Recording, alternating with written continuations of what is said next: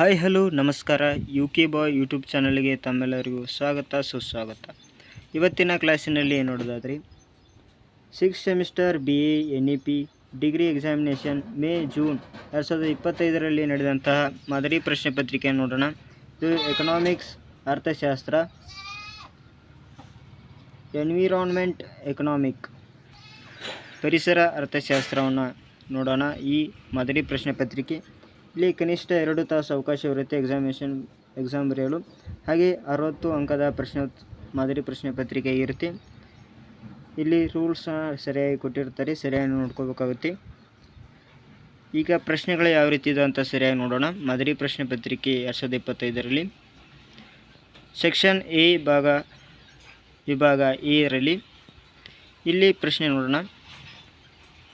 ಈ ಕೆಳಗಿನ ಯಾವುದಾದರೂ 10 ಪ್ರಶ್ನೆಗಳಿಗೆ 2-3 ವಾಕ್ಯದಲ್ಲಿ ಉತ್ತರಿಸಿ. ಇಲ್ಲಿ 10 ವಾಕ್ಯದಲ್ಲಿ ಉತ್ತರಿಸಿ. ಇಲ್ಲಿ 1 ಅಂಕದ ಪ್ರಶ್ನೆ ಇರುತ್ತೆ.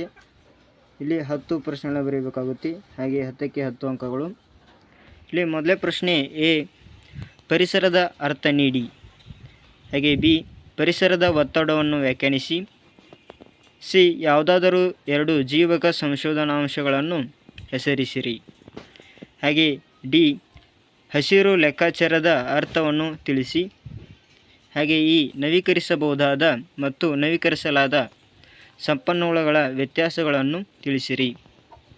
ಮುಂದಿನ ಪ್ರಶ್ನೆ ಎಫ್, ಪರಿಸರ ಸಂರಕ್ಷಣೆಯ 3 ಆರನ್ನು ಹೆಸರಿಸಿ.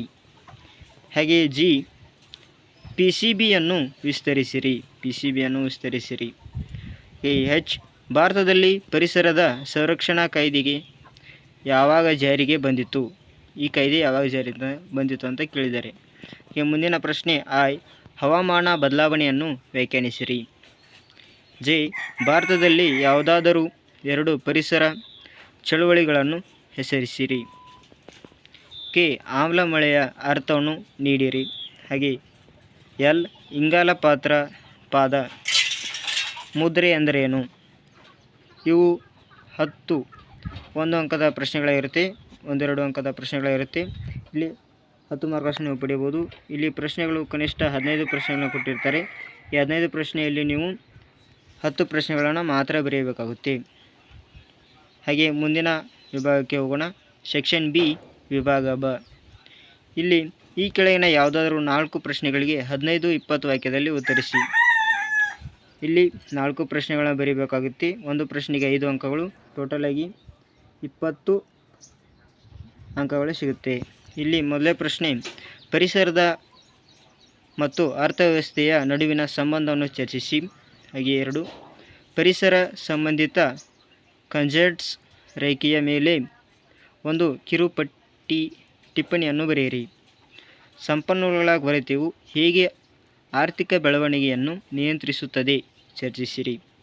ಹಾಗೆ ಮುಂದಿನ ಪ್ರಶ್ನೆ, ಇಂಧನದ ಪರ್ಯಾಯ ಮೂಲಗಳನ್ನು ತಿಳಿಸಿ. ಮುಂದಿನ ಪ್ರಶ್ನೆ, PCBಯ ಕಾರ್ಯಗಳನ್ನು ಸಂಕ್ಷಿಪ್ತವಾಗಿ ವಿವರಿಸಿ.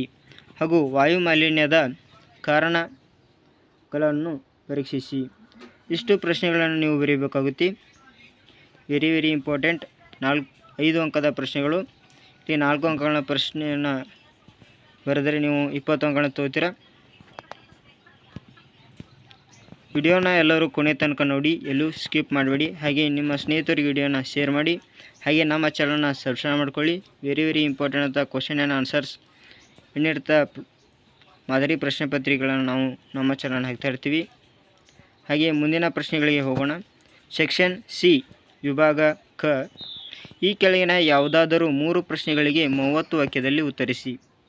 ಅಂದರೆ ಇಲ್ಲಿ 3 ಪ್ರಶ್ನೆಗಳನ್ನ ಬರೀಬೇಕಾಗುತ್ತೆ.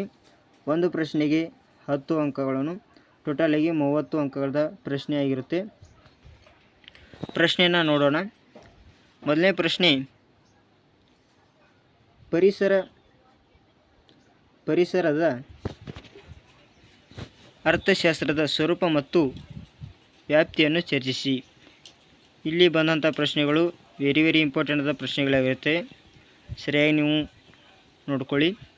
ಹಾಗೆ ಮುಂದಿನ ಪ್ರಶ್ನೆ, ಸುಸ್ಥಿರ ಅಭಿವೃದ್ಧಿಯ ಗುರಿಗಳನ್ನು ವಿವರಿಸಿರಿ. ಮುಂದಿನ ಪ್ರಶ್ನೆ 10, ನವೀಕರಿಸಬಹುದಾದ ಮತ್ತು ನವೀಕರಿಸಲಾದ ಸಂಪನ್ಮೂಲಗಳನ್ನು ಲಕ್ಷಣಗಳನ್ನು ವಿವರಿಸಿರಿ. ಹಾಗೆ ಇನ್ನೊಂದು, ಪರಿಸರ ಸಂರಕ್ಷಣೆಯಲ್ಲಿ ನಾಗರಿಕರ ಪಾತ್ರವನ್ನು ಪ್ರಸಕ್ತ ಉದಾಹರಣೆಗಳೊಂದಿಗೆ ಚರ್ಚಿಸಿ. ಹಾಗೆ ಮುಂದಿನ ಪ್ರಶ್ನೆ, ಹವಾಮಾನ ಬದಲಾವಣೆಯ ಕಾರಣಗಳನ್ನು ವಿಶ್ಲೇಷಿಸಿ ಪರಿಹಾರ ಕ್ರಮಗಳನ್ನು ತಿಳಿಸಿ, ಅಂದರೆ ಸೂಚಿಸಿ ಎಂದರ್ಥ. ಇಷ್ಟು 6th ಸೆಮಿಸ್ಟರ್ ಮಾದರಿ ಪ್ರಶ್ನೆ ಪತ್ರಿಕೆ 2025ರಲ್ಲಿ ಬಂದಂಥ ಮಾದರಿ ಪ್ರಶ್ನೆ ಪತ್ರಿಕೆಯ ಪ್ರಶ್ನೆಗಳಾಗಿದ್ದು, ಈ ಪ್ರಶ್ನೆ ಪತ್ರಿಕೆಯಲ್ಲಿ ಬಂದಂಥ ಪ್ರಶ್ನೆಗಳು ಆ್ಯನ್ಯುವಲ್ ಎಕ್ಸಾಮ್ನಲ್ಲಿ ಖಂಡಿತವಾಗಿಯೂ ಬರುತ್ತವೆ. ಹಾಗೆಯೇ ನಮ್ಮ ಚಾನಲ್ನ ಯಾರು ಸಬ್ಸ್ಕ್ರೈಬ್ ಮಾಡ್ಕೊಂಡಿಲ್ಲ ಈ ಕೂಡಲೇ ಸಬ್ಸ್ಕ್ರೈಬ್ ಮಾಡ್ಕೊಳ್ಳಿ. ಹಾಗೆ ನಿಮ್ಮ ಸ್ನೇಹಿತರಿಗೆ ಈ ವಿಡಿಯೋನ ಶೇರ್ ಮಾಡಿ. ಮುಂದಿನ ವಿಡಿಯೋದಲ್ಲಿ ಸಿಗೋಣ. Thank you.